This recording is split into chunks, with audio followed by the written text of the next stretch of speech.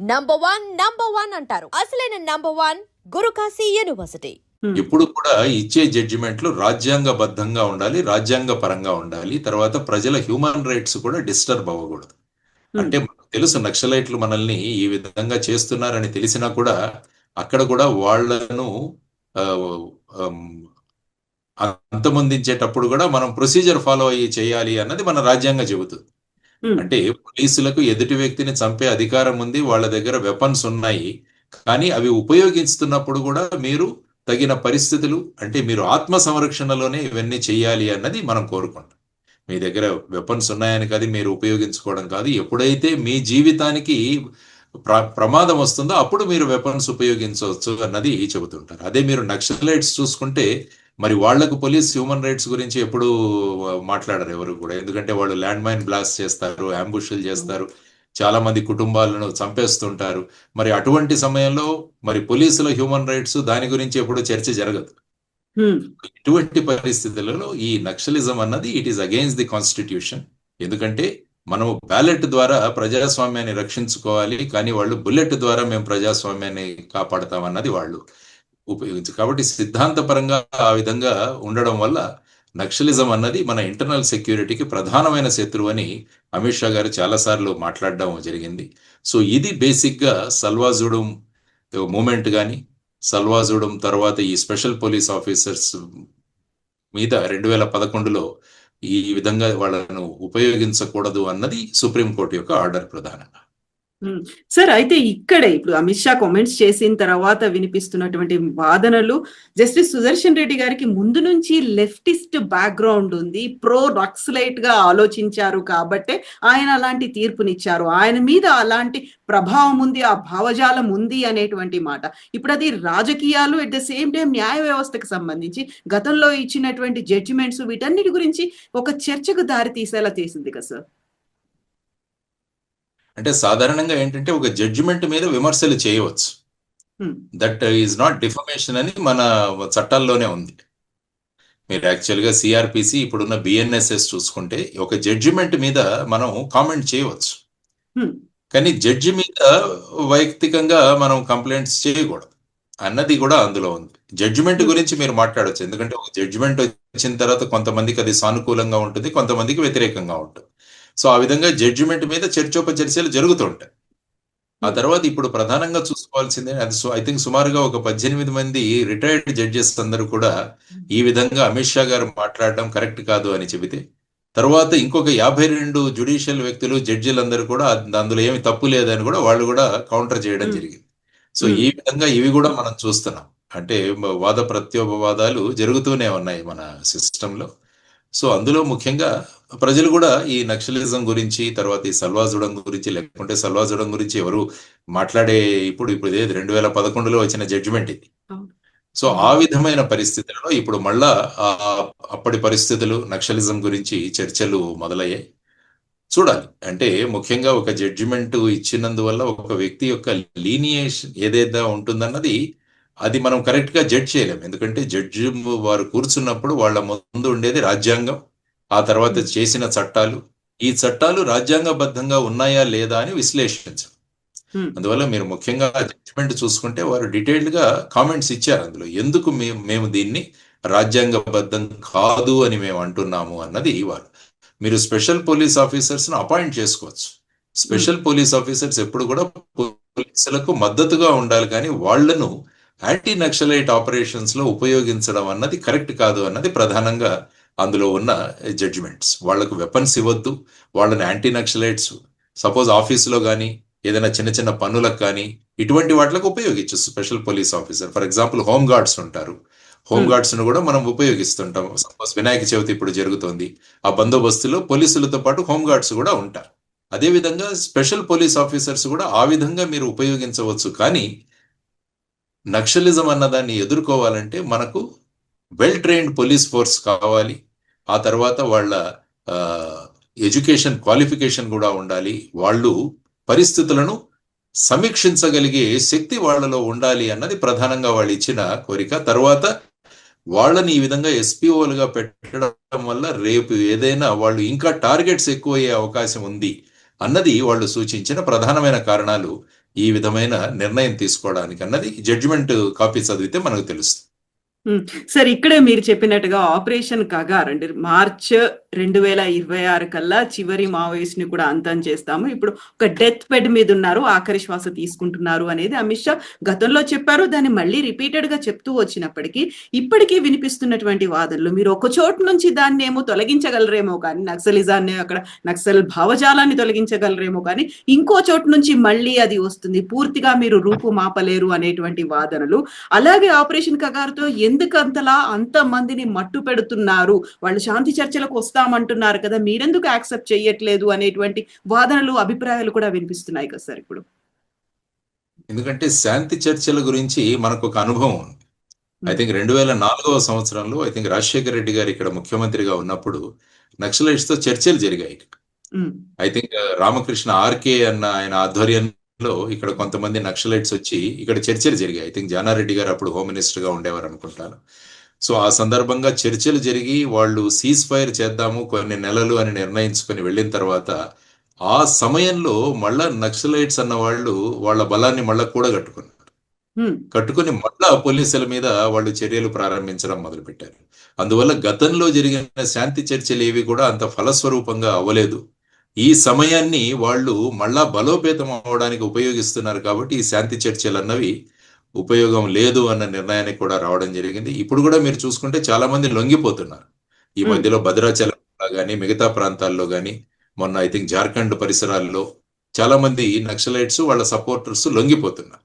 So ఆ విధంగా లొంగిపోవడం అన్నది వాళ్ళు ప్రోత్సహిస్తున్నారు. లొంగిపోవడాన్ని ఎప్పుడు కూడా వాళ్ళు తిరస్కరించట్లేదు. ఎవరైతే జనజీవన స్రవంతిలో కలవడానికి సిద్ధంగా ఉన్నారో వాళ్ళందరినీ కూడా చేర్చుకుంటున్నారు.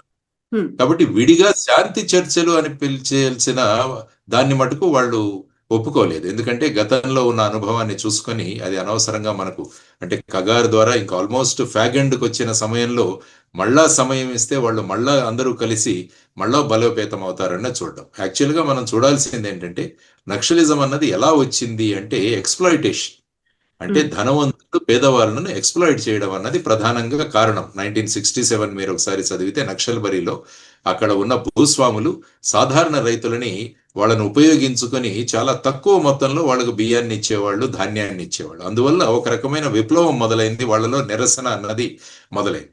ఈవెన్ ఫర్ ఎగ్జాంపుల్ మనం బ్రిటిష్ కాలంలో కూడా చూసుకుంటే అల్లూరి సీతారామరాజు గారు బ్రిటిష్ వాళ్ళ యొక్క ఆ కొండ ప్రాంతాలలో ఏజెన్సీ ప్రాంతాలలో వాళ్ళ చట్టాలు పెట్టి ఏ విధంగా గిరిజనులను హింసించారో వాళ్ళందరినీ కూడగట్టుకుని ఆయన బ్రిటిష్ వారికి విరుద్ధంగా పోగొట్టారు. కాబట్టి ఎప్పుడైనా ఉండేది ఏంటంటే ఎక్స్ప్లాయిటేషన్. ఈ ఎక్స్ప్లాయిటేషన్ అన్నది లేకుండా పోతే సమాజంలో నక్సలిజం అన్నది రాదు. అందువల్ల ప్రభుత్వం యొక్క ప్రధానమైన బాధ్యత ఏంటంటే ఇలాంటి ఎక్స్ప్లాయిటిజంని మనం తగ్గించగలగాలి. ధనికులు పేదలను దోచుకునే తత్వం ఏదైతే ఉందో దాన్ని ఆపగలగాలి. అందరికీ సమానమైన ఆపర్చునిటీస్ కావాలి, అన్ని ప్రాంతాలు అభివృద్ధి చెందాలి అన్నది ముఖ్యంగా కోరుకుంటున్న అటువంటివి గనక మనం తీసుకురాకుంటే ఫైనల్ గా నక్సలైట్లు ఎక్కడి నుంచి వచ్చారు? ప్రజల నుంచే వచ్చారు, నిరసనల వల్ల వచ్చారు. ఆ నిరసనలు అన్నవి ఎందుకు వస్తున్నాయన్నది మనం అనలైజ్ చేయగలిగితే అభివృద్ధి లేకపోవడం వల్ల, ఆపర్చునిటీస్ లేకపోవడం వల్ల ఒక రకమైన నిరాశలో ఉన్న వాళ్ళు ఏమవుతుందంటే ఇప్పుడు మనం స్కూల్స్ కాలేజెస్ పెట్టి అందరినీ మనం విద్యావంతులుగా చేస్తున్నాం, కానీ వాళ్లకు సరి అయిన ఉపాధి లేకుంటే ఏమవుతుందంటే వాళ్ళలో ఒక రకమైన విప్లవాత్మకమైన భావాలు వస్తాయి. సో అప్పుడు ఏమవుతుందంటే వాళ్ళందరూ కూడా ఈ విధమైన మార్గంలో వెళ్ళే అవకాశం ఉంటుంది.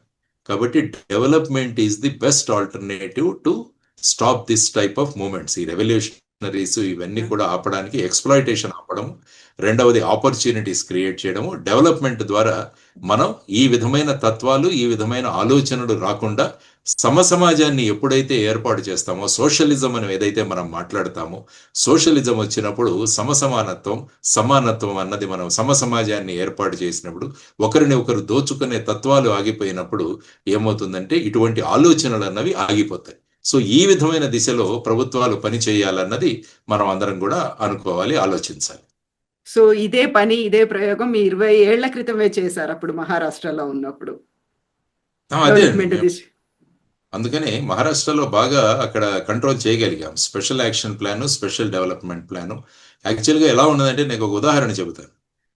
మేము పోలీస్ పెట్రోలింగ్కి వెళ్ళేవాళ్ళం. వెళుతుంటే బోర్వెల్స్ వేశారు అంతకుముందు ప్రభుత్వం. ఆ Hmm. బోర్వెల్స్ పనిచేసేవి కావు. ఆ బోర్వెల్స్ ని మేమేం చేసామంటే రిపోర్ట్లు పంపించేవాళ్ళం. ఈ గ్రామంలో బోర్వెల్ పనిచేయడం లేదు, ఈ Hmm. గ్రామంలో ఈ లైట్లు పనిచేయట్లేదు, ఇవన్నీ మేము రిపోర్ట్స్ పంపించాం. ఆ Hmm. రిపోర్ట్స్ మళ్ళా కలెక్టర్ దగ్గరికి వెళ్ళి మళ్ళా సంబంధిత డిపార్ట్మెంట్కి ఇచ్చి వాళ్ళు మళ్ళా ఇక్కడికి రావడానికి నక్సలైట్లు ఉన్నారని చెప్పి చాలా మంది వచ్చేవాళ్ళు కాదు రిపేర్ చేయడానికి. Oh. Oh. అప్పుడు Hmm. మేము చీఫ్ మినిస్టర్, అప్పుడు మాకు మనోహర్ జోషి గారు ఉండేవారు. వారికి ఏం చెప్పారంటే, సార్ మేము మా పోలీస్ వాళ్ళని బోర్వెల్ను ఎలా రిపేర్ చేయాలో ట్రైనింగ్ ఇస్తాం, Huh. లైట్స్ ఎలా పెట్టాలో మేము మాకు ట్రైనింగ్ ఇస్తాం, మా Huh. దగ్గర వెపన్స్ ఉంటాయి, మేము ధైర్యంగా వెళతాం, మేము we're Hmm. Ready to fight. కాబట్టి వెళ్ళి అక్కడ బోర్వెల్ కూడా మేమే రిపేర్ చేస్తాం, Hmm. Lights Okay. ఏమన్నా ఉంటే మేము పెడతాం. Hmm. సో ఈ విధమైన బాధ్యతలు మాకు ఇస్తే బాగుంటుంది కదా అని వారు ఒప్పుకున్నారు. Okay. సో ఈ విధమైన మార్పులు తీసుకొచ్చి ప్రభుత్వం అభివృద్ధి కోసం ఉంది, ప్రభుత్వం అన్నది నక్సలైట్లకు భయపడదు అన్న మెసేజ్ మనం తీసుకెళ్లాలి సార్ అని వారికి స్పష్టంగా చెప్పడం జరిగింది. తర్వాత జనజాగరణ మేళవాస్ అని చెప్పేసి మేము ప్రజలందరినీ కూడా సమకూర్చేవాళ్ళం. సమకూర్చి నక్సలైట్లు ఎందుకు ఈ విధంగా చేస్తున్నారని కూడా వాళ్ళకి చెప్పేవాళ్ళు. నక్సలైట్లు ఏంటంటే రోడ్లు వేస్తే వాళ్ళు దానికి వ్యతిరేకించేవాళ్ళు, Hmm. రోడ్లు వేసుకు తీసుకున్న కాంట్రాక్టర్లను చంపేసేవాళ్ళు, రోడ్లు వేయడానికి వచ్చే ఈ ఎక్విప్మెంట్ అందరినీ కూడా కాల్ చేసేవాళ్ళు. ఇప్పుడు కూడా మీరు చూస్తుంటారు. అప్పుడు అవును. మేము చెప్పేవాళ్ళం, ఇదంతా వాళ్ళు ఎందుకు చేస్తున్నారంటే మీ అభివృద్ధిని ఆపడానికి. అంటే రోడ్లు గనక మేము వేస్తే అభివృద్ధి మీ దగ్గరికి వస్తుంది, అందువల్ల మీరు బాగుపడతారు, కాబట్టి మీరు బాగుపడడం వాళ్ళకి ఇష్టం లేదు అని ప్రజలను ఆ విధంగా మేము ఎడ్యుకేట్ చేసి కౌంటర్ ప్రొపగండా అంటారు, దీన్ని చేసేవాళ్ళం.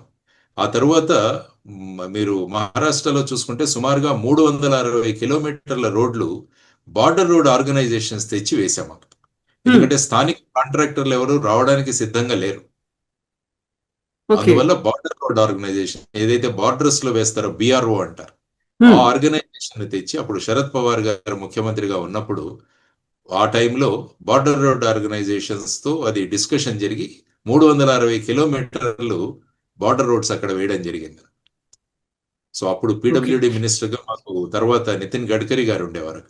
సో వారు గడ్చిరోలో ఇప్పుడు ఆయన మొత్తం మినిస్ట్రీ ఆఫ్ సర్ఫేస్ ట్రాన్స్పోర్ట్ ఏదైతే దేశం మొత్తం మీద బ్రహ్మాండమైన రోడ్లు వేయడంలో ఉన్నారో, మాకు అక్కడ పీడబ్ల్యూడి మినిస్టర్ గా ఉండేవారు.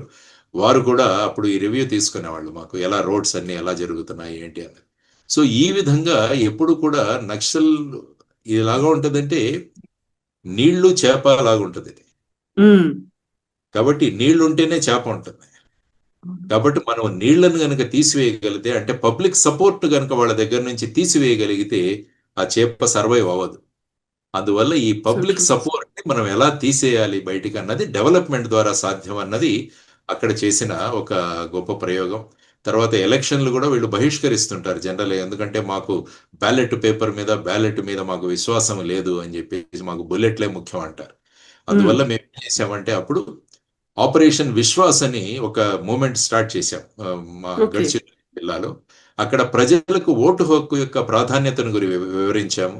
మీ ఓటు హక్కు ఎంత పవర్ఫుల్లో, మీ దాని ద్వారా మీ నాయకులను మీరు ఎన్నుకోగలరు, ఎప్పుడు కూడా మీరు భయపడకండి అని వాళ్లకు విశ్వాసం చేయడం వల్ల సుమారుగా దేశంలో అతి ఎక్కువగా పోలింగ్ అయిన జిల్లాల్లో గడ్చిరోలి డిస్ట్రిక్ట్ కూడా మేము ఒకటి ఎస్టాబ్లిష్ చేయగలిగాము. అప్పుడు ప్రజల్లో ఆత్మవిశ్వాసాన్ని పెంచి ఆపరేషన్ విశ్వాస్ ద్వారా చేయగలిగాం. అందువల్ల ప్రజలతో మమేకమయ్యే ప్రభుత్వాలు ఉన్నప్పుడు ఏమవుతుందంటే ఇటువంటి ఆలోచనలు అన్నవి రావు. సో ఆ విధమైన ప్రభుత్వాలు ఉండాలి, ఆ విధమైన ఆలోచనలు ఉన్న ప్రజాప్రతినిధులు ఉండాలి, ఆ విధమైన ఆలోచనలు ఉండే ప్రభుత్వాలు ఉండాలి, ఆ విధమైన పథకాలు కూడా మనం తీసుకెళ్ళాలి. అప్పుడు ఇటువంటి ఆలోచన అన్నదే రాదు. ఎప్పుడైతే నిరుద్యోగ సమస్య పెరుగుతుందో మళ్ళా ఇటువంటి ఆలోచనలు తలెత్తే ప్రమాదం ఉంటుంది. సో నిరుద్యోగ సమస్య అన్నది ప్రధానంగా ఎదుర్కోవాలి, పేదరికం అన్నదాన్ని కూడా మనం రూపుమాపగలగాలి. అవి చేసినప్పుడే మళ్ళా మీరు అన్నట్టు ఇటువంటి ఆలోచన విచారధార ఆలోచన ప్రభావాలు ఏవైతే ఉంటాయో వాటిని శాశ్వతంగా సమాజం నుంచి మనం బయటికి తీసుకొచ్చు. సమాజాన్ని నిర్మించడం అన్నది చాలా ముఖ్యమైన విషయం.